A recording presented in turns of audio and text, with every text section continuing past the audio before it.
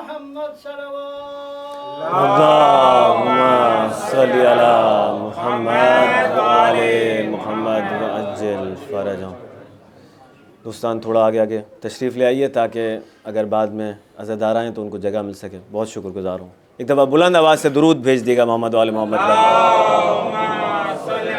جزاک اللہ۔ پھر ایک مرتبہ بلند آواز سے درود بھیج دیے گا محمد وآل محمد پر۔ ماشاء اللہ۔ اعوذ باللہ من الشیطان الرجیم، بسم اللہ الرحمن الرحیم، الحمد للہ رب العالمین، بارئ الخلائق اجمعین، الصلاۃ والسلام علی عبد اللہ ورسولہ وحبیبہ وصفیہ وحافظ سرہ ومبلغ رسالاتہ، سیدنا و نبینا و مولانا ابی القاسم محمد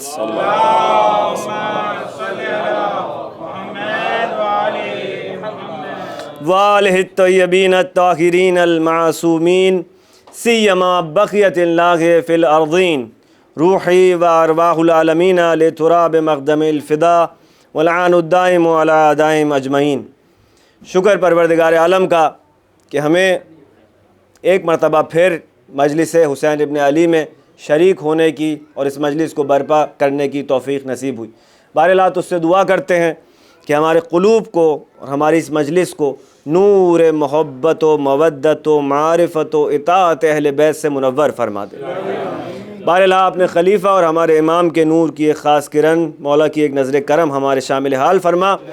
برائے تعجیل فرج امام کی بارگاہ میں ایک بلند آواز سے درود بھیج دیجیے گا۔ اللہم صلی علی محمد وآل محمد۔ ایک مرتبہ توسل کرتے ہیں جناب سیدہ سلام اللہ علیہ کی بارگاہ میں کہ شہزادی بحق قمر بنی ہاشم اپنے بچوں کے اس ذکر و فکر میں، معرفت کے اس سفر میں ہماری امداد فرمائیں۔ ایک دفعہ بلند آواز سے درود بی بی کی بارگاہ میں۔ اللہم صلی علی محمد وآل محمد۔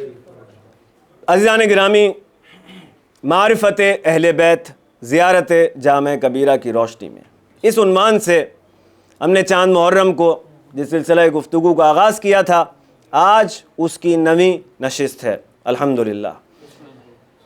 پچھلی کچھ نشستوں کا خلاصہ اگر آپ کی خدمت میں پیش کرنے کی کوشش کروں، ہم نے شروع کیا تھا پہلے کلمے سے جس میں معصوم نے فرمایا کہ ہمیں سلام کس طرح کرنا ہے، السلام علیکم یا اہل بیت النبوہ۔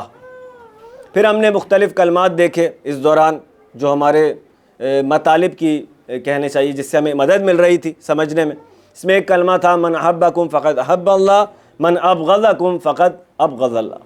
جس نے آپ سے محبت کی اس نے اللہ سے محبت کی، جس نے آپ سے جو آپ پر غضبناک ہوا، جس نے آپ سے دشمنی کی اس نے اللہ سے دشمنی کی۔ پھر ہم نے دیکھا کہ معصوم نے فرمایا ایک جگہ پر کہ زانو ادب طے کرو اور یہ اقرار کرو کہ میں آپ کی جو تعریف ہے اس کا حق ادا نہیں کر سکتا، کیونکہ مجھ میں آپ کی شخصیات کا احاطہ کرنے کی توانائی نہیں ہے، میری کیپیسٹی نہیں۔ ٹھیک، کل ہم نے بالعموم جن نکات کا تذکرہ کیا، موضوع بحث یہ رہا کہ اہل بیت نبی اور اہل بیت نبوت میں کیا فرق ہے۔ ٹھیک ہے، اور قرآن کا جو پیمانہ ہے وہ اللہ کے نزدیک جو پیمانہ کرائٹیریا ہے وہ معیار کیا ہے در حقیقت، کہ اللہ کہاں واقعاً کسی کو اہل بیت سمجھتا ہے اور کہاں نہیں سمجھتا۔ مثال ہم نے نوح علیہ السلام کے فرزند کی دیکھی کہ جو پہاڑ پر چڑھ گیا اور نوح علیہ السلام جب اس کو دعوت دے رہے تھے تو اس نے کہا کہ میں تو بچ جاؤں گا پہاڑ پر چڑھ کر، تو سرکار کا دل ملول ہوا کہ باراللہ میرا بیٹا ہے، تو قرآن کریم نے وہاں کہا انہ لیس من اہلک، یہ تمہارا بیٹا نہیں ہے، انہ عمل غیر صالح، یہ برے اعمال کا مجسمہ ہے۔ تو ہمیں مسلسل جو میسج مل رہا ہے اللہ کی طرف سے وہ یہ ہے کہ اسلام ایک ایسا دین ہے کہ جس میں شخصیت پرستی نہیں ہے، بلڈ ریلیشنز یا کسی اور ریلیشن شپس کی بنیاد پر کسی کا احترام نہیں کیا جاتا، اور دلیلیں ہمارے پاس قرآن کریم میں بے تحاشا ہیں اس طرح کی۔ ہم نے دیکھ لیا آدم علیہ السلام سے شروع کیا تھا، حابیل علیہ السلام بھی اور قابیل بھی ہے، متقی بھی ہے اور جو ہے وہ بد کردار بھی ہے۔ یعقوب علیہ السلام کی مثال دیکھی، ان کے فرزندوں میں سے یوسف اور بنیامین کا معاملہ جدا ہے لیکن ان کے بھائی ہیں باقی یوسف اور بنیامین کے، جنہوں نے وہ سارا معاملہ کیا، بدعملی کی. ٹھیک ہے. نوح علیہ السلام اور لوط علیہ السلام کے بارے میں قرآن نے ہمیں اطلاع دی کہ وہ دونوں جو ہیں وہ عذاب خدا سے محفوظ نہیں رہ سکیں. تو معلوم ہمیں مسلسل یہ ہو رہا ہے کہ اللہ کے نزدیک ریلیشن شپس میٹر نہیں کرتی، مقامات میٹر کرتے ہیں، میرٹ میٹر کرتا ہے. ٹھیک ہے نا. اور پھر کیسے ہو سکتا ہے، مسلسل دیکھ رہے ہیں کہ کوئی نبی اپنی خاندان کا جو ہے وہ محبت کا تقاضا نہیں کر رہا، اور کر بھی نہیں سکتا، کیونکہ ایسی مثالیں موجود ہیں کہ سب افراد صالح نہیں ہیں، لاجیکلی بھی نہیں کر سکتا. ٹھیک ہے نا. تو کیا وجہ ہے کہ پروردگار نے نہ صرف یہ کہ کہا کہ اچھا ہے ایسا کر لو، کہا نہیں، اجر رسالت سوائے اس کے نہیں ہے کہ ان قرابت داروں سے مودت کرو. تو یہ تقاضا ریلیشن شپ کی بنیاد پر صرف اور صرف نہیں ہو سکتا. ہم کل دیکھ رہے تھے کہ بعض اوقات ایسا ہوتا ہے کہ ریلیشن شپ بھی ہوتا ہے اور کمالات بھی ہوتے ہیں، مقامات بھی ہوتے ہیں. تو پھر ہمیں سمجھ میں آ رہا ہے کہ اچھا کیوں جو ہے وہ تقاضا کیا گیا.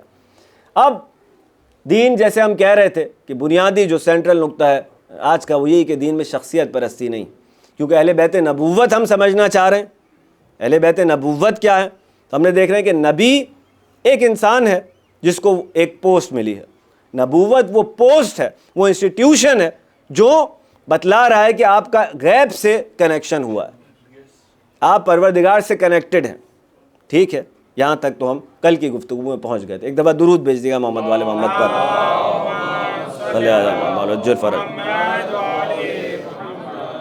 اب سلام مقامات کے اعتبار سے ہے، تعریف مقامات کے اعتبار سے ہے، محبت مقامات کے اعتبار سے، ہر چیز کا ایک میرٹ ہے.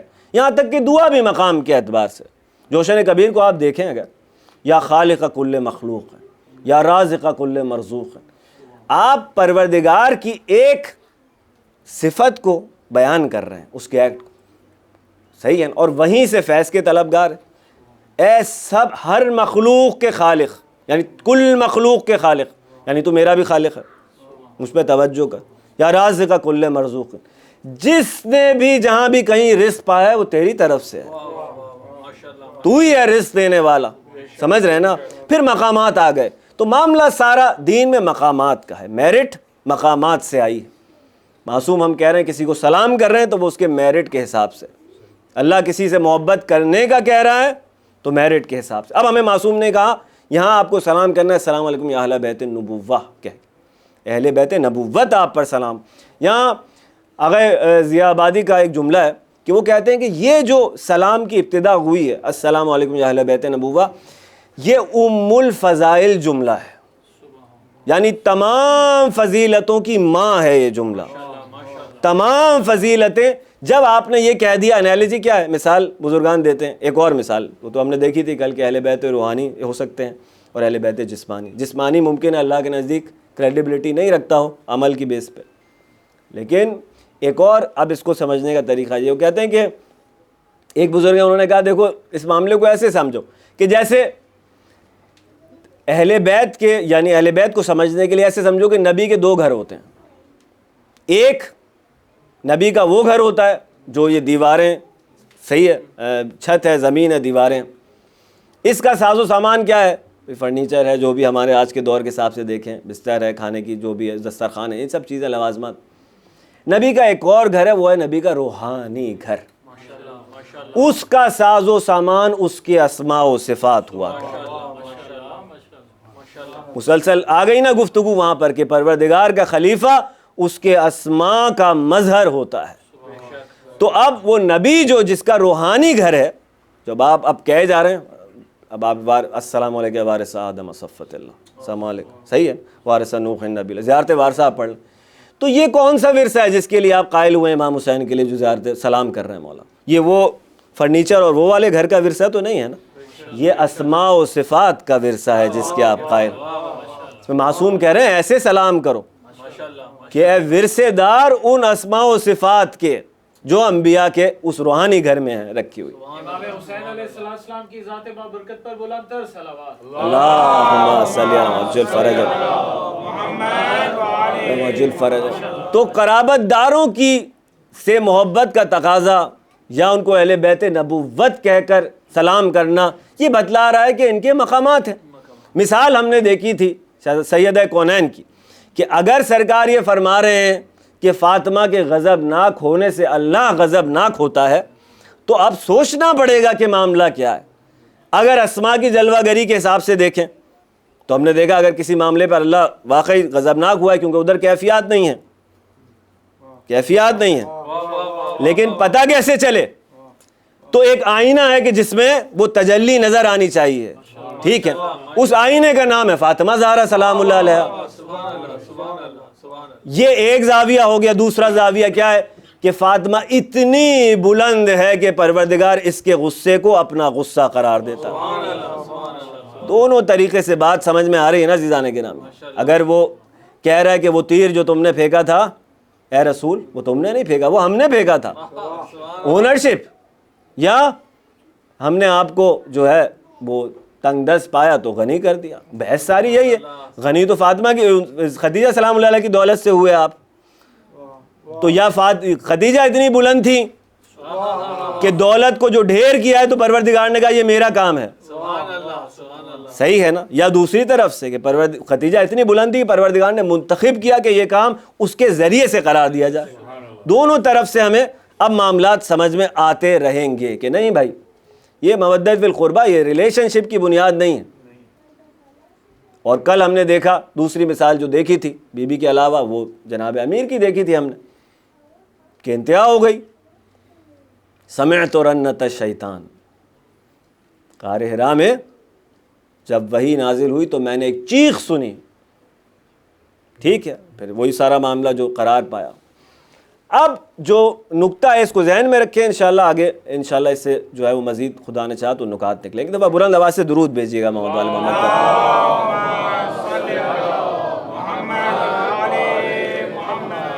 دیکھیں اب مشکل جو ہے نا وہ یہ ہے کہ اگر جس کے پاس یہ اہل بیت نبوت کا عقیدہ نہیں ہے، اس کا عقیدہ کیا ہے؟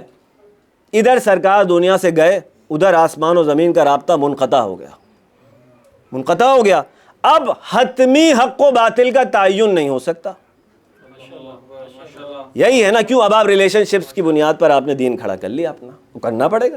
جب وہ کاٹیں گے تار کو، جو اللہ نے کہا تھا میری رسی کو مضبوطی سے تھامے رہنا تاکہ ڈیوائیڈ نہ ہو، جب آپ اس رسی کو چھوڑ دیا آپ نے اہل بیت نبوت کو، تو اہمیت تو پتہ چلے کہ کیا چھوڑا ہے آپ۔ اب تعین نہیں ہو پا رہا حق و باطل کا، کیوں؟ کیونکہ آپ نے کہا بھائی ہمارے نزدیک تو ریلیشن شپس اہم ہیں، رشتہ داریاں، رشتے اہم، ان کی اہمیت اس لیے کہ یہ کمپینینز ہیں، ان کی اہمیت اس لیے کہ وہ گھر والے ہیں۔ اب دین کا کیا نتیجہ ہے؟ جب یہ آپس میں لڑ رہے ہیں، دو طرف سے لڑائیاں ہو رہی ہیں، تو اب آپ کیا کر رہے ہیں؟ اب آپ حیران و پریشان کھڑے، اب آپ کو کنفیوژن ہے، دین ابتدا میں کنفیوژن کا شکار ہو گیا آپ کا۔ بات سمجھ میں آ رہی ہے؟ کیوں؟ کیونکہ آپ اس کنیکشن کے قائل نہیں رہے جو پروردگار نے قرار دیا تھا اپنے نبی کے گھر والوں کا، کہ یہ اہل بیت نبوت ہیں، صحیح ہے نا؟ جب آپ نے خلافت الہی سے دستبردار ہوئے تو اب آپ شک و تردد، اب ہو کیا رہا ہے؟ جنگ ہو رہی ہے، اور یہ مسئلہ کھڑا ہو گیا کہ اب کیا کریں بھائی؟ اتنی بڑی بڑی شخصیتیں ایک طرف، شخصیتیں سمجھ رہے ہیں نا؟ دین میں کہہ رہا ہوں شخصیت پرستی، تشیع میں، مکتب اہل بیت میں شخصیت پرستی نہیں ہے، کوئی بھی ہستی ہو۔ اب وہ آیا مولا کائنات کے سامنے، جنگ جمل سے پہلے ایک شخص آ گیا، کیا کہنے لگا؟ یا علی آپ چاہتے ہیں کہ میں اس بات پر یقین کر لوں کہ ایسی ایسی ہستیاں، اب میں نام کیا لوں؟ آپ کو پتہ ہے جنگ جمل میں کون ہے؟ ایسی ایسی ہستیاں باطل پر ہیں اور آپ حق پر ہیں، یہ کیسے مان لوں میں کہ وہ باطل پر ہیں؟ مسئلہ سارا یہ ہے۔ علی کا حق تو پھر بھی آدمی مان لے، وہ باطل پر ہیں کیسے مانوں؟ تو دیکھیں ایک جملہ مولا نے فرمایا ہے اس مقام پر جو ہماری تشیع کے عقائد کی بنیاد ہو۔ بزرگان کہتے ہیں ہمارے اسلام میں سونے کے قلم سے لکھ لو علی کے اس جملے کو۔ مولا نے کیا فرمایا؟ مولا نے کہا شخصیتوں کو دیکھ کر حق ڈھونڈنا چاہ رہا ہے، پہلے حق کو ڈھونڈ، پھر شخصیتوں کو پرکھنا کہ کون حق پر ہے کون باطل پر۔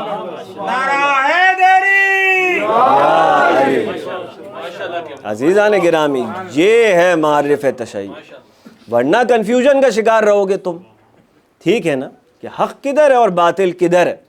اب مسئلہ یہ ہے کہ عقیدہ نبوت میں تو یہ ہوتا ہے کہ شخصیت پرستی تو ہم نے کہہ دیا نہیں، لیکن جب ہم کسی کو نبی مانتے ہیں تو پھر اس شخص کو ہی معیار قرار دیتے ہیں نا. جو یہ کہہ رہے ہیں وہ صحیح ہے، جو یہ کر رہے ہیں وہ صحیح ہے. اب بالآخر ایک شخصیت تو آ گئی بیچ میں، آ گئی نا.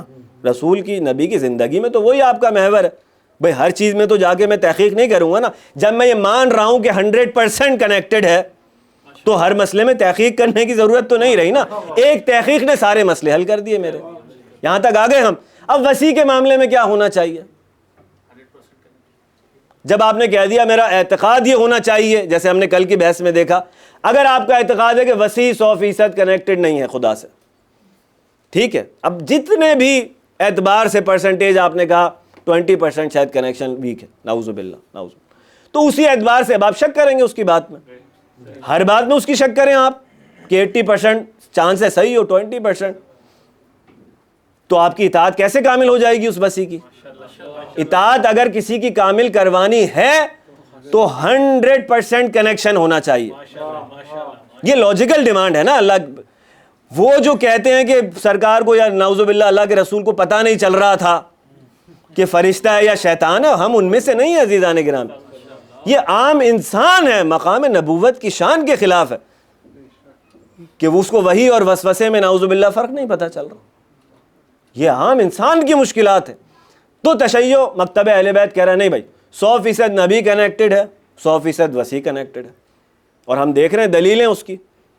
یا علی جو میں سن رہا ہوں گھبرانا نہیں ہے یہاں پر، صحیح ہے نا؟ جو میں سن رہا ہوں، کیوں؟ کیونکہ آگے کہہ رہے ہیں کہ تم نبی نہیں ہو، فرق صرف یہ ہے تم میرے وزیر ہو. اور پھر وہ موسیٰ اور ہارون سے جو نسبت کا ہم نے دیکھا تھا سارا، کہ فرق صرف یہ ہے یا علی انت منی بمنزلتی ہارون من موسیٰ، فرق صرف اور صرف یہ کہ تم نبی نہیں ہو. تو ہارون کے لیے موسیٰ نے کیا کہا تھا؟ میرے بھائی ہارون کو جب شروع ہوئی ہے رب اشرح لی صدری ویسر لی امری واحلل عقدۃ من لسانی یفقہوا قولی، آگے کیا کہہ رہے ہیں؟ میرا بھائی ہارون، اس کے ذریعے سے میری کمر مضبوط کر، میرا وزیر بنا دے، اسے میرے کام میں شریک کر دے. شریک کر اس کو میرے کام میں. یہ شراکت کیا ہے؟ یہی تو ہے اہل بیت نبوت. پارٹنرشپ کیسے ہوگی کام میں اگر کنیکشن نہیں ہوگا عزیزان گرامی؟ ٹھیک ہے نا؟ تو کہہ رہے ہیں تو میرا وزیر ہے. وسیع ہے بات ہماری تو سمجھ میں آ رہی. اب اگر امت پریشان ہے اس مسئلے کو لے کے کہ بھائی صحیح اور غلط کا جو ہے وہ تعین وہ کیسے ہوگا، تو اسی مسئلے کو ہم آگے دیکھنا پڑے گا کہ کیوں آپ کو اہل بیت نبوت کے سوا آپ کے پاس چارہ نہیں. ایک دفعہ بلند آواز سے درود بھیجیے گا مدعو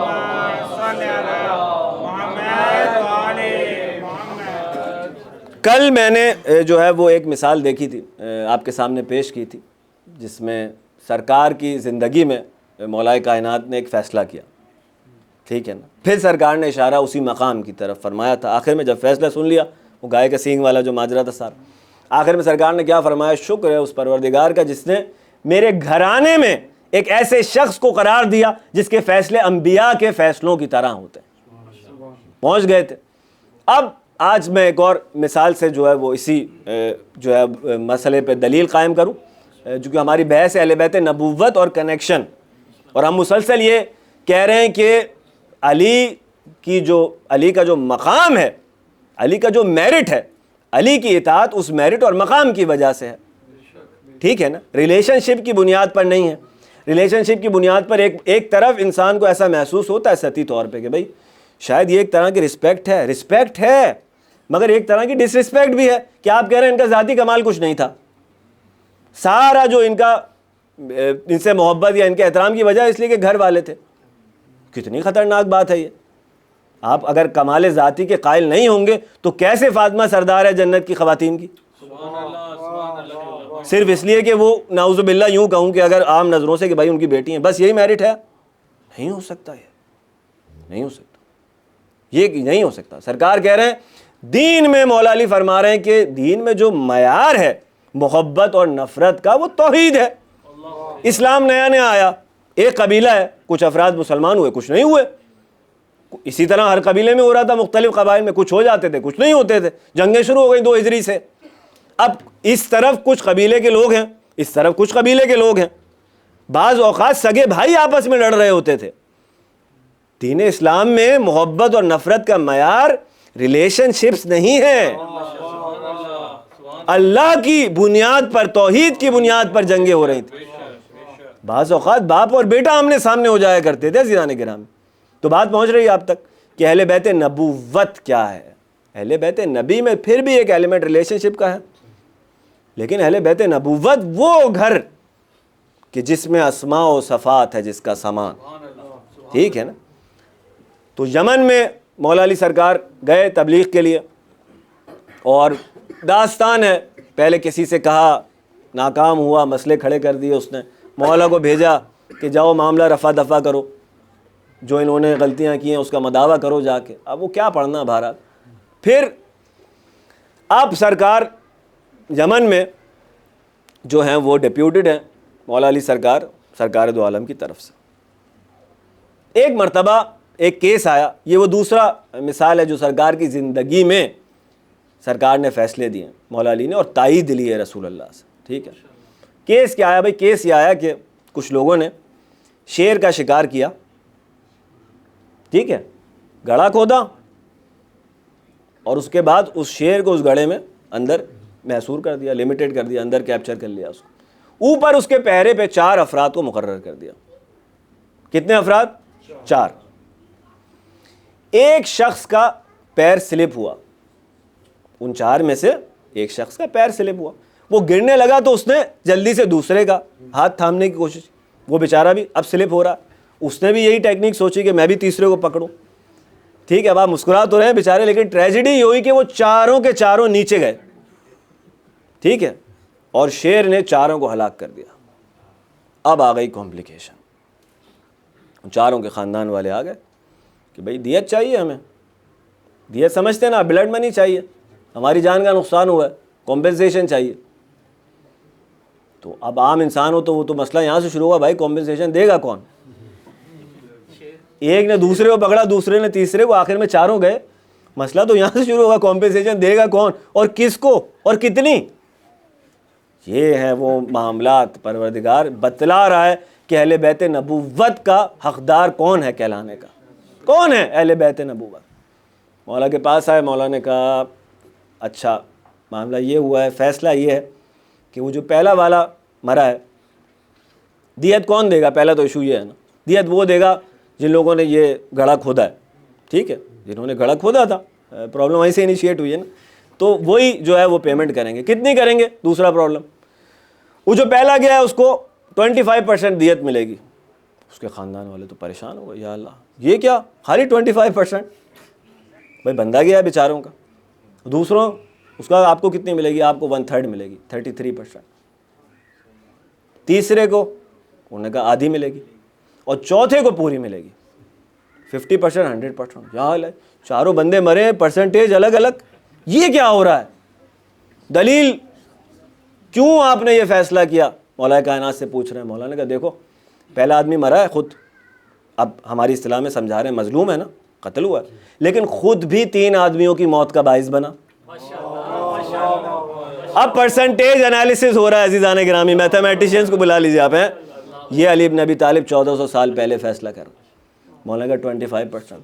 دوسرا مقتول ہے، قتل ہوا ہے، مگر 2 افراد کی موت کا باعث بنا، 1/3 دیت ڈیوائیڈڈ بائی 3 ہو گیا نا. ٹھیک ہے. اسی طرح اس کی 50%، اور اگلا جو آخری مرا ہے اس کے بعد کوئی آدمی نہیں مرا، وہ کسی کی موت کا باعث نہیں، اس کا حق ہے کہ اس کو 100% دیت دی جائے.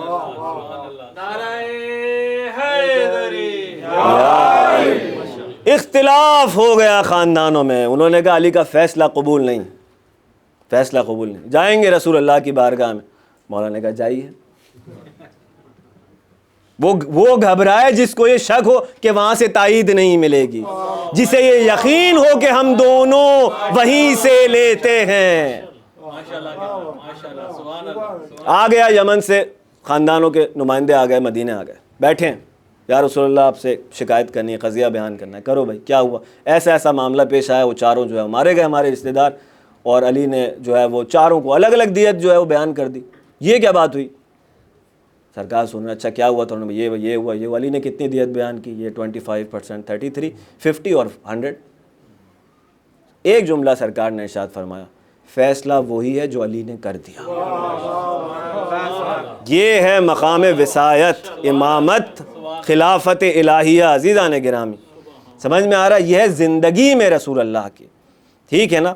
تو ایک دفعہ درود بھیجیے گا محمد والے محمد پر. 940 ہو رہے ہیں. اب مسئلہ یہ ہے کہ نبی جس طرح سے ایک ایسی شخصیت قرار پاتا ہے کہ اگر 100% کنیکشن کا انسان اس کے قائل ہو تو پھر اس کی اطاعت میں شک و تردد نہیں ہے. پھر یہ نہیں کہنا چاہیے کہ کیا آپ اللہ کے رسول نہیں ہیں. یہ نہیں کہنا چاہیے آپ کو کسی بھی مقام پر زندگی میں کہ جیسا شک میں نے آج کیا ہے آپ کی رسالت میں, معلوم ہے کہ پہلے ہی پرسنٹیج کے مسائل تھے. اگر 100% قبول کیا ہوتا تو یہ منزل نہیں آتی, وہ آ گئی منزل. ٹھیک ہے نا؟ تو اب پتہ چلا کہ نہیں, شخصیتیں معیار نہیں حق و باطل کا, لیکن شخصیت اگر نبی ہو خود تو پھر وہ معیار کے لائق ہے. ٹھیک ہے نا؟ تو پھر اس کے وسیع کے لیے بھی یہی معیار ہونا چاہیے آپ کا کہ ٹھیک ہے, ہم اصول و قواعد, لاجیکل تھنکنگ سب اپنی جگہ, معیارات جو رسول اللہ دے کے گئے وہ سب اپنی جگہ, لیکن اگر وسیع کو انسان مان لے تو اس کی کتنی مشکلات حل ہو جائیں گی. ٹھیک ہے نا؟ وسیع کو مان لے کہ بھائی یہی حق و باطل کا پیمانہ ہے, ورنہ کیا ہے شک و تردد. تو اس معاملے کے اوپر دلیل کے طور پہ ہمیں سرکار دو عالم سے کیا ملتا ہے؟ بھائی ایک شخصیت آپ خود ہیں یا رسول اللہ. ٹھیک ہے, آپ ہمارے لیے حق و باطل کا معیار ہے. ٹھیک ہے, جو آپ کہہ دیں وہ سچ ہے ہمارے نزدیک, جو آپ کہہ دیں وہ حق ہے. اب اگر آپ کے بعد کوئی وسیع ہے یا کوئی اللہ کا خلیفہ ہے تو اس کے لیے بھی کوئی معیار ہونا چاہیے نا ہمارے پاس. ٹھیک ہے, ایک دفعہ بلند آواز سے درود بھیجیے گا محمد علیہ وسلم. دوستان تھوڑا آگے آگے تشریف لے آئیے, شاید میرے ساتھ ادھر بھی بہت ساری جگہ ہے, ادھر ادھر ادھر ادھر ادھر ادھر بھر دیجیے گا اس کو. محمد واجل فرج, اللہم صلی علی محمد واجل فرج, محمد وعلی. ٹھیک ہے, ایک دفعہ پھر بلند آواز سے اللہم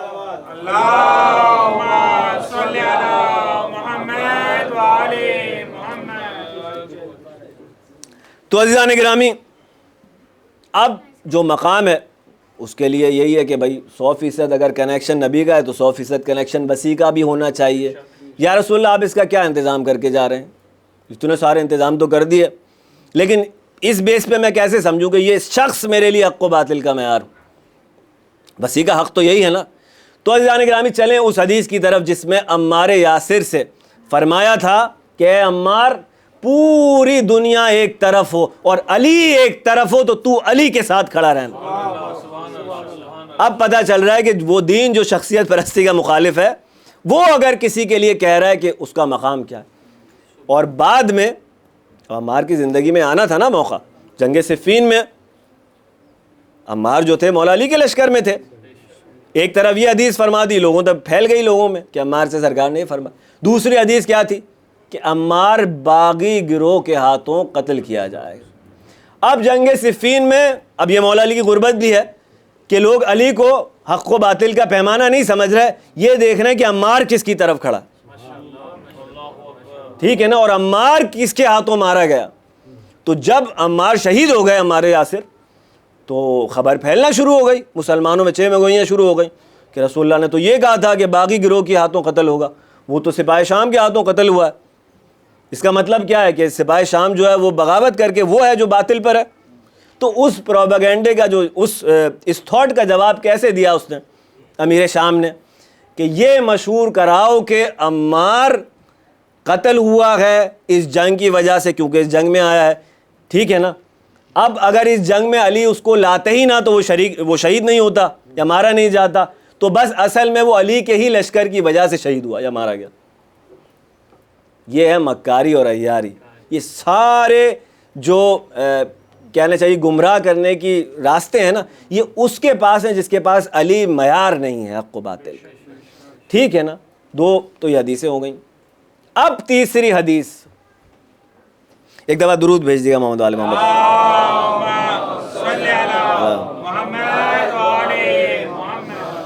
تو عزیزان گرامی فرمانے لگے کہ علی مع الحق والحق، اگر کسی کی شخصیت پرستی کرنی ہو زندگی میں تو اس کے لیے یہ ایک حدیث کافی ہے.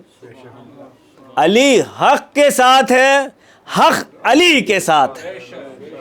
دیکھیں عزیزان گرامی، بات ساری ہم کیا کر رہے تھے، کوئی کمال اگر اس گھرانے سے باہر پایا جاتا ہو اور اس گھرانے کے پاس نہیں ہے، ٹھیک ہے نا، تو اس کا کیا مطلب ہے کہ اس گھرانے میں کوئی کمی پائی جاتی ہے. نعوذ باللہ کوئی کمی یا کوئی نقص پائی جاتی ہے. آپ نے کہا کہ تمام اسماء و صفات کا جو مظہر ہے وہ یہ محمد و آل محمد ہے. یہ تو ہم ثابت کر چکے ہیں نا، اب تک ہم دیکھ چکے. وہ آپ کو یاد ہوگا اسماء اعظم کے 73 اجزاء ہیں، 72 ہمارے پاس، ایک ہمارے بھائی آصف کے پاس تھا، یاد ہے آپ کو ان میں سے. تو اب آپ جب یہ کہہ رہے ہیں کہ ہر کمال جو ہے وہ ان کے پاس موجود ہے، تو حق بھی تو ایک کمال ہے نا. تو معلوم کیسے ہوگا کہ کوئی چیز حق ہے؟ حق کوئی چیز جدا نہیں ہے جس کے لیے آپ کو پہلے تشخیص دینا پڑے. اس کیس میں حالانکہ خلیفۃ اللہ اہل بیت نبوت جو کریں گے ان کو دیکھ کے پتہ چلے گا کہ حق کیا ہے. بات پہنچ رہی ہے عزیزان. اور اگر آپ کے پاس یہ نہیں ہے رسول کے جانے کے بعد، اگر یہ پیمانہ اب آپ کے پاس نہیں ہے اور آپ کہہ رہے ہیں کہ نہیں بھائی اب ایسا ہے کہ سرکار کے دنیا کے سے جانے کے بعد جو ہے اب ریلیشن شپس ہیں ہمارے نزدیک اہم، ٹھیک ہے، کیونکہ استدلال پاور میں آنے کے لیے جو بیس بنایا گیا آرگومنٹ کو وہ ریلیشن شپ کی بنیاد پہ بنایا گیا نا.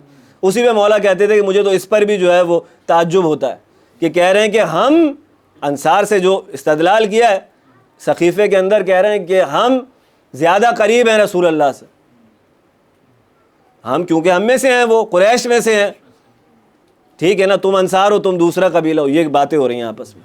یہ معیار ہے سرکار چھوڑ کے گئے دین اسلام. مولا فرما رہے ہیں کیا مجھ سے بھی زیادہ قریب تھا کوئی ان سے؟ اگر قرابت معیار ہے تب بھی تم مجھے نہیں جھٹلا سکتے، کہنا چاہ، ٹھیک ہے نا. تو اب امت کیا ہے؟ شک و تردد کا شکار ہے، حق و باطل میں تشخیص نہیں کر سکتی، کسی بھی چیز کے لیے 100% یقین حاصل نہیں کر سکتی. بڑا جملہ کہہ دیا، بڑا جملہ کہہ دیا. دلیل اب سنیں آپ،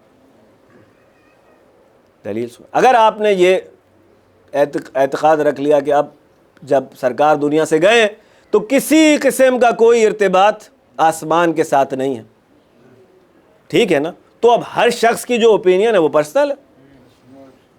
پھر آپ اس بات کے قائل ہوں گے کہ ٹروتھ از ریلیٹو، یہ آپ کا ٹروتھ ہے، یہ آپ کا ٹروتھ ہے، یہ آپ کا ٹروتھ ہے، یہ آپ کا یہ آپ کا اوپینین ہے. کیسے پتا چلے گا کہ حق کدھر ہے؟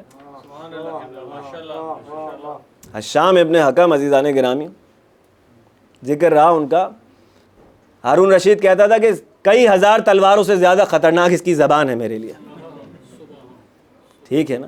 ایسا امام کا شاگرد تھا.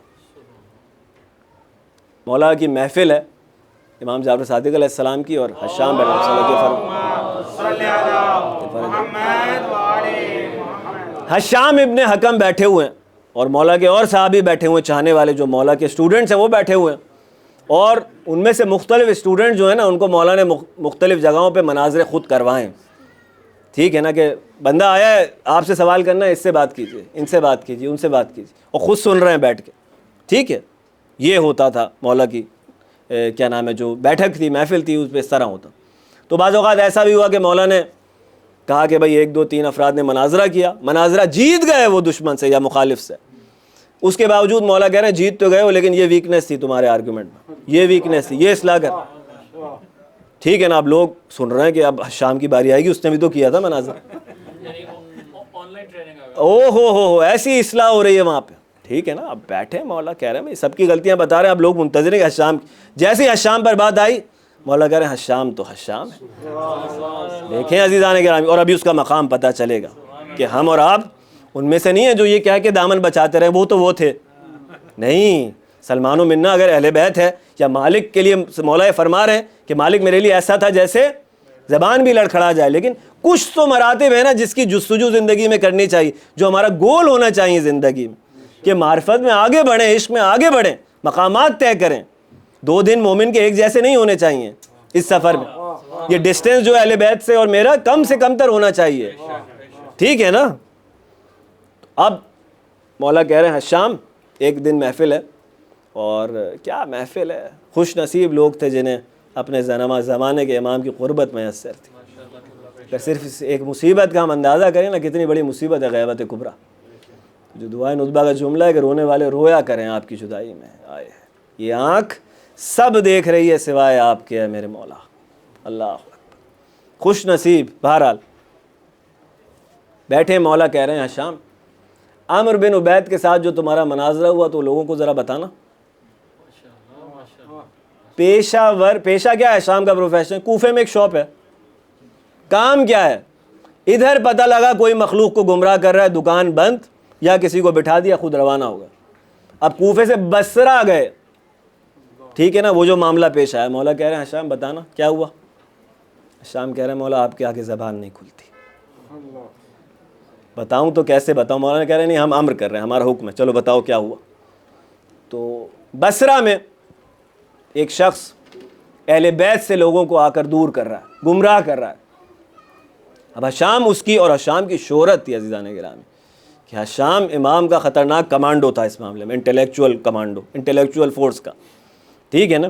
ہر آدمی کے لیے ہتھیار اٹھانا ضروری نہیں ہے. آپ اہل بیت کا دفاع, ان کے امر کا دفاع انٹلیکچولی بھی کر سکتے ہیں. یہ جہاد کتنا بڑا تھا, ایسے ہی نہیں وہ کہتا تھا کہ ہزاروں تلواروں سے زیادہ خطرناک یہ آدمی میرے لیے, اس کو پتہ تھا کتنا خطرناک. پتہ چل گیا بصرہ میں وہ آیا ہوا ہے عمر ابن عبید, اور محفل میں لوگوں کو امامت و ولایت سے دور کر رہا ہے. اور شام سے کہاں برداشت ہوگا. پہنچ گئے اس کی محفل میں. اب اس کی محفل میں شریک ہو رہے ہیں. پہلے اب یہ تحمل, سن رہے ہیں کہ کیا رہا ہے, پہلے پتہ تو چلے کہ آرگومنٹ کیا ہے اس کا, ٹھیک ہے نا. اور مزہ تو وہی ہے جب ضرب آرگومنٹ پہ لگائی جائے, ٹھیک ہے نا. اب سن رہے ہیں کیا کہہ رہا ہے. سنتے اب اس سے انفارمل ہو گیا, تعلق بھی بن گیا اس سے. ایک دن محفل کے بعد کہنے لگے آپ سے ایک سوال کرنا ہے. کہنے لگے پوچھو. تو حشام نے کہا یہ بتاؤ کہ آپ کے پاس آنکھ ہے. اس نے کہا یہ کیسا سوال ہے. بھائی سوال تو یہی ہے, جواب دیجئے. اس نے کہا اچھا اب جواب مانگ رہا ہے تو جواب یہ ہے کہ آنکھ ہے میرے پاس, صحیح ہے, کیا کام لیتے ہیں اس سے. کہ دیکھتا ہوں, مناظر دیکھتا ہوں, رنگوں میں تفریق کرتا ہوں, کلرز میں, یہ وہ اپنی چیزیں بتائیں جو انسان کرتا ہے. اب بات ہو رہی ہے سینسز پہ, حواس خمسہ, 5 سینسز, ٹھیک ہے. تو اس سے آرگنز کے حوالے سے بات کر رہے ہیں. تمہاری ناک ہے, ہاں بھائی ہے. کیا کرتے ہو اس سے. سونگھتا ہوں, خوشبوئیں اس میں تمیز کرتا ہوں, اچھی خوشبو بری خوشبو ہے. ابھی سوال چل رہا ہے, ٹھیک ہے. اب ٹیسٹ کے اوپر بات آ گئی, کیا کرتے ہو زبان سے. بتایا بھائی ذائقے چیک کرتا ہوں, یہ کرتا ہوں. تو کان سے کیا کرتے ہو.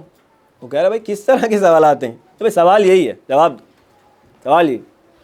کان سے میں سنا کرتا ہوں, ٹھیک ہے. سارے جوابات لے لیے. عقل ہے تیرے پاس. اس نے کہا عقل ہے. اس کا کیا کام ہے. اس نے کہا کہ جو انفارمیشن میرے ان باڈی پارٹ سے منتقل ہوتی ہے اس کو چیک کرتا ہوں کہ صحیح ہے یا غلط ہے, ٹھیک ہے. تو حشام نے کہا باڈی پارٹس تو ٹھیک کام کر رہے ہیں. اگر ٹھیک کام کر رہے ہیں تو پھر عقل کی کیا ضرورت. باڈی پارٹس تو ٹھیک کام کر رہے ہوں اگر, تو پھر عقل کی ضرورت نہیں ہونی چاہیے. کہہ رہے ہیں نہیں میرے بیٹے ایسا نہیں ہے. وہ سمجھا رہے ہیں شفقت سے ان کو. کہہ رہے ہیں دیکھو اب یہ وہ سمجھا رہے ہیں کہ کبھی کبھی انسان بیمار ہو جاتا ہے. اب دیکھیں باڈی پارٹس کی سالمیت کو نہیں بھولیے گا, کسی وجہ سے حشام وہ لے کر آیا کہانی. کہہ رہے ہیں باڈی پارٹس سالم ہو تو پھر بھی عقل کی ضرورت ہے. وہ کہہ رہے ہیں نہیں میرے بیٹے دیکھو کبھی ایسا ہوتا ہے کہ انسان مریض ہو جاتا ہے, کوئی بیماری ہو جاتی ہے, تو سینسز صحیح کام نہیں کر رہے ہوتے اس کے. آرگنز ٹھیک ہیں لیکن ممکن ہے جو دیکھ رہا ہے یا جو سن رہا ہے یا سونگ رہا ہے یا ذائقہ, منہ کا مزہ خراب ہو جاتا ہے. سمپل ترین مثال ہے نا بیماری, آدمی چڑچڑا بھی ہو جاتا ہے کہ بریانی کا ٹیسٹ نہیں آ رہا ہوتا. تو اب عمران بھائی کی وجہ سے بریانی بیچ میں آتی رہتی ہے, یہ ہماری مشکلات حل کرتی ہے. اب کیا ہو رہا ہے, وہ کہہ رہا ہے کہ اچھا پھر تو اگر باڈی پارٹس ٹھیک کام کر رہے ہوں پھر بھی عقل کی ضرورت ہے. تو اس نے کہا کہ نہیں میرے بیٹے دیکھو کبھی کبھی ایسا ہوتا ہے کہ انسان بیمار ہو جاتا ہے یا کسی وجہ سے جو انفارمیشن منتقل ہو رہی ہوتی ہے سینسز سے وہ صحیح نہیں ہوتی، تو تشخیص دینی پڑتی ہے عقل سے. تو اس نے کہا اس کا مطلب ہے کہ عقل جو ہے وہ تمہاری شک و تردد کو دور کرتی ہے. جب بھی تمہیں شک و تردد ہوگا اس انفارمیشن پر تو تم اس کو عقل سے جو ہے وہ صحیح اور غلط کو سمجھتے ہو، عقل سے پرکھتے ہو. اس نے کہا ایسا ہی ہے. اس نے کہا عمرو ابن عبید، جس خدا نے عقل کو تیرے اپنے سینسز پر امام بنائے نہیں چھوڑا جو تجھے صحیح اور غلط کے بیچ میں تفریق کرے، اس نے اس پوری امت کو گمراہی میں چھوڑ دیا، اور اس کے شک و تردد کو دور کرنے کا کوئی بندوبست نہیں کیا. جواب کیا دیا عمرو ابن عبید نے؟ تو حشام ہے. کہنے لگے نہیں میں حشام کوئی ہے یوں کر کے. اس نے کہا تو کہاں کا رہنے والا ہے؟ میں کوفہ کا. تو حتماً حشام ہے. بس ختم ہو گئی بات. تو یہ عزیزان گرامی سن کر، ابھی ختم نہیں ہوئی ہے کہانی، سنا امام نے، مسکرائے مولا جعفر صادق علیہ السلام. جس کے عمل سے امام کے چہرے پر مسکراہٹ آ جائے اس کو زندگی میں اور کسی چیز کی تمنا نہیں ہے کہ ایک بار میں نے اللہ کو خوش دیکھا معصوم کے چہرے پہ. آئی نا. مولانا نے فرمایا حشام کس نے سکھائی تجھے یہ دلیل؟ حشام کہنے لگے مولا معلوم نہیں، لیکن جو بھی کچھ ہے وہ آپ ہی کی محفلوں میں سیکھا ہے میں نے. مولانا نے فرمایا یہ دلیل انبیاء کی کتابوں میں تحریر ہے جو روح القدس نے تیرے قلب پر الہام کیا. اللہ کون کرے گا یہ تائید؟ وہی جو اہل بیت نبوت ہے. ایک دفعہ درود بھیج دیے گا محمد والے محمد پر. بس عرائض تو بہرحال آج تھیں، لیکن اب کیونکہ دامن وقت میں گنجائش نہیں تو گفتگو جو ہے وہ اسی موڑ پر رک جائے گی. آہستہ آہستہ ذکر مصیبت کی طرف جائیں گے. ایک دفعہ بلند آواز سے درود بھیج دی گا محمد والے محمد پر. محمد والے محمد. ذکر کیونکہ آج کرنا ہے شہزادہ علی اکبر کا، اور ہمارا جو موضوع مسلسل چل رہا ہے کہ سلام مقام کے اعتبار سے، تو یہ شہزادہ بھی ان افراد میں سے ہے کہ اس کی زیارت خود معصوم نے ہمیں تعلیم فرمائی. ٹھیک ہے نا؟ تو یقیناً بہت ہی بلند مقام کا یہ شہزادہ جو ہے وہ حامل ہے. اب روایت جو ہے وہ یہ ہے کہ امام حسین علیہ السلام کا یہ دستور تھا کہ سرکار کے دنیا سے جانے کے بعد آپ نانا کی قبر پہ آیا کرتے تھے، اور نانا کی قبر پہ آ کے آپ گریہ وزاری فرمایا کرتے تھے، اور یہ کہا کرتے تھے کہ نانا آپ کی جدائی حسین پر بڑی شاق ہے، بہت مشکل ہے آپ سے حسین کا جدا ہونا. اور بات ساری وہی ہے کہ جیسے ہم کہہ رہے تھے کہ آپس میں جو ان کے محبتیں ہیں وہ بھی تو اس اللہ کی خاطر ہے نا، تو اسی لیے عام محبتوں سے بہت زیادہ محبتیں ہوتی ہیں. اس کا معاملہ کچھ اور ہوتا ہے. وہ جو یعقوب کا تڑپنا ہے یوسف کے لیے، وہ ایک آئینہ ہے جو مس ہو گیا جس میں اپنے محبوب کا جلوہ دیکھا کرتا تھا نا. تو اس نظر سے آپ دیکھیں حجت خدا ہے، حجت خدا ہے. کہنے نانا آپ کی جدائی برداشت نہیں ہوتی نانا. ایک مرتبہ علامہ طارق جوہری صاحب نے جملہ نقل کیا حدیث کربلا میں کہ ایک مرتبہ ارباب مقاتل نے لکھا کہ حسین اسی طرح اپنے نانا سے جدائی کا نوحہ کر رہے تھے کہ زبان سے ایک جملہ نکلا.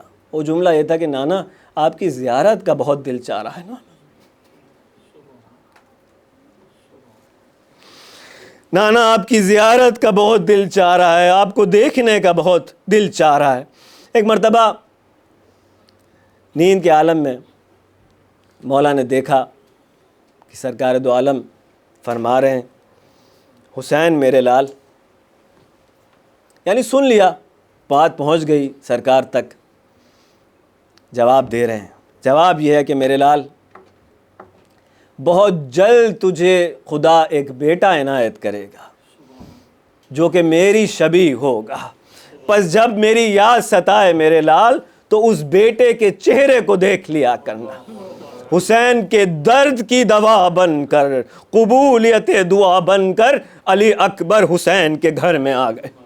بس عزیزان گرامی، ام لیلہ بیان کرتی ہیں کہ رات کے وقت اکثر ایسا ہوا کرتا تھا کہ میں علی اکبر کے جھولے کے ساتھ ایک سایہ، ایک آہٹ محسوس کرتی تھی۔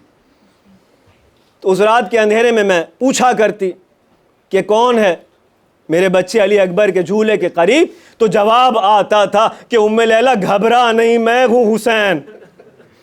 ایک مرتبہ ام لیلہ فرماتی تھی کہ مولا آپ رات کے اس پہر اس بچے کے پاس، ایک مرتبہ مولا کا جواب آتا تھا کہ اس بچے کی محبت ارے مجھے سونے نہیں دیتی، میں تڑپ کر اس کی زیارت کے لیے آ جاتا ہوں۔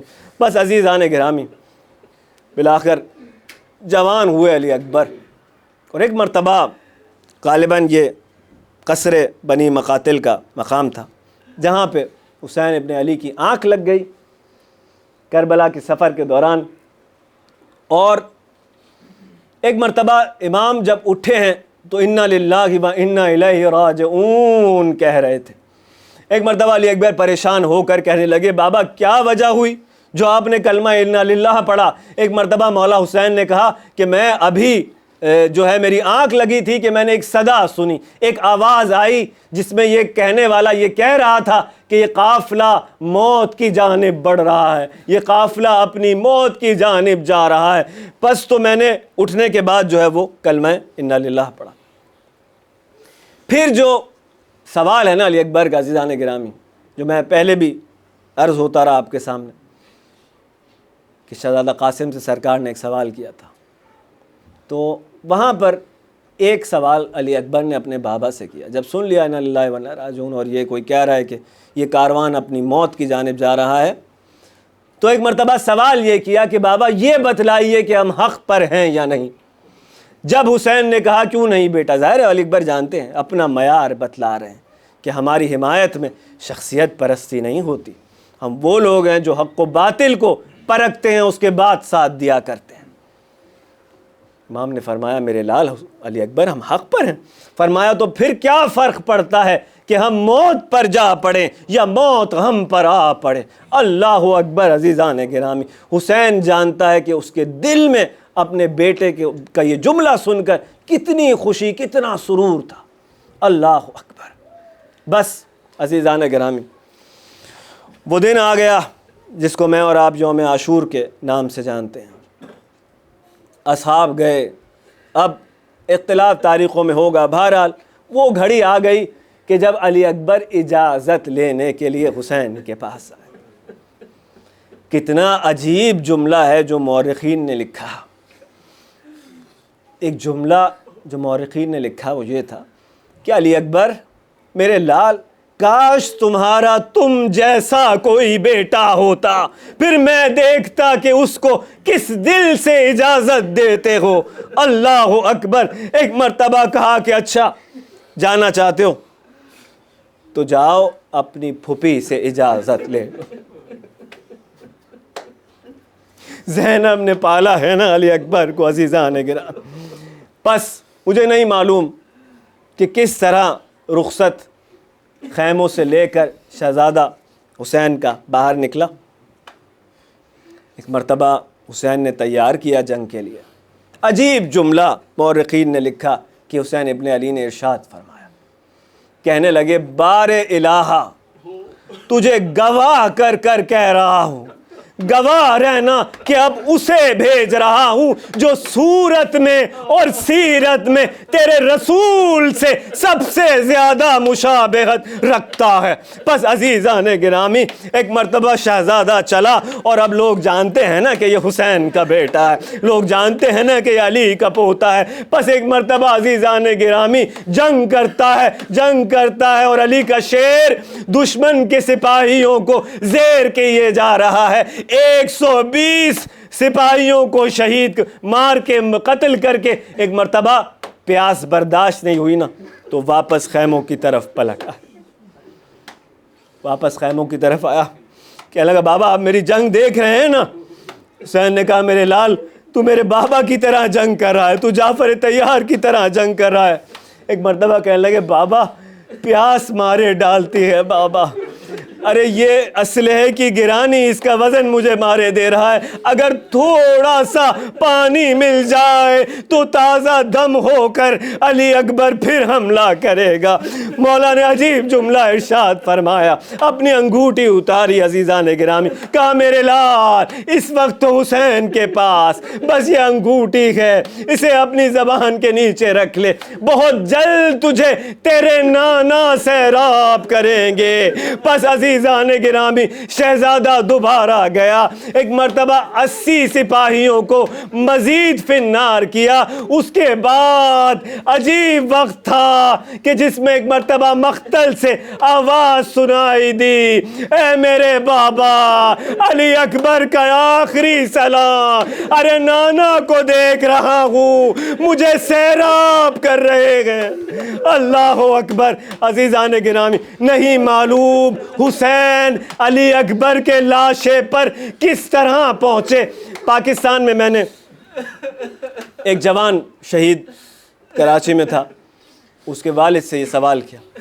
میں نے کہا آغا صاحب آپ نے گھر میں جوان بیٹا آپ کا شہید ہوا, اب آپ کے گھر میں ایک شہادت ہو گئی, آپ کا کربلا سے ایک لنک ہے نا, کربلا سے ارتباط, تو اس شہادت کے بعد اس ارتباط میں اس کربلا سے لنک میں کیا تبدیلی آئی. عجیب جملہ اس شہید کے والد نے مجھ سے عزیزان گرامی عجیب جملہ اس نے بیان کیا.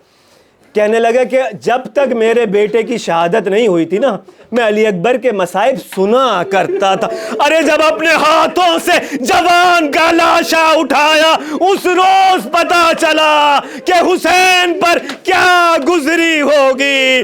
تاریخ نے لکھا ایک مرتبہ میدان میں آئے, علی اکبر کے رخسار پہ اپنا رخسار رکھ دیا, کہہ رہے تھے اے علی اکبر تیرے بعد اس دنیا پر خاک ہے.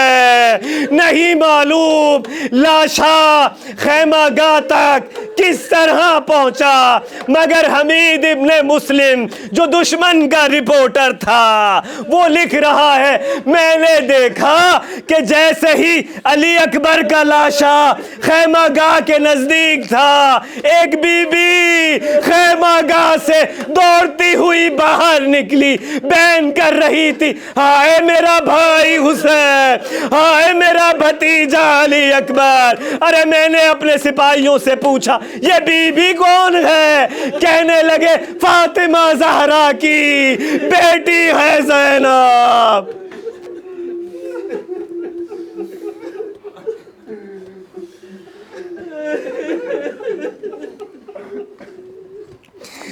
جو اپنے بیٹوں کو رونے کے لیے خیموں سے نہیں نکلی, وہ جانتی تھی کہ حسین کے لیے یہ کتنا بڑا صدمہ ہے. پس حسین تیری تسلی کے لیے زینب خیموں سے باہر آ گئی.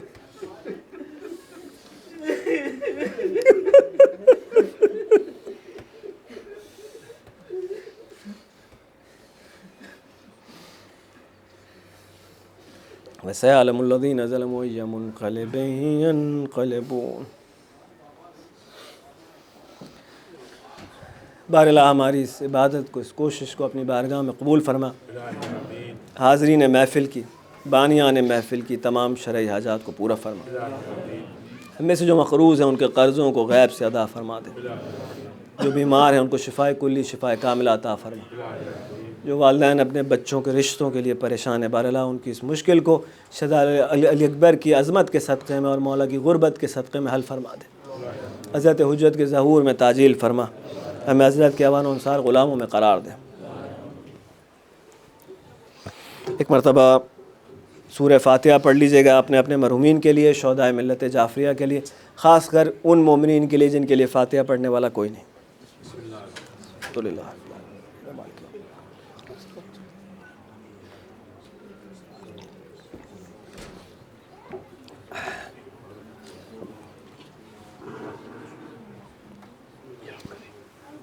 بیٹھے تشریف رکھیں.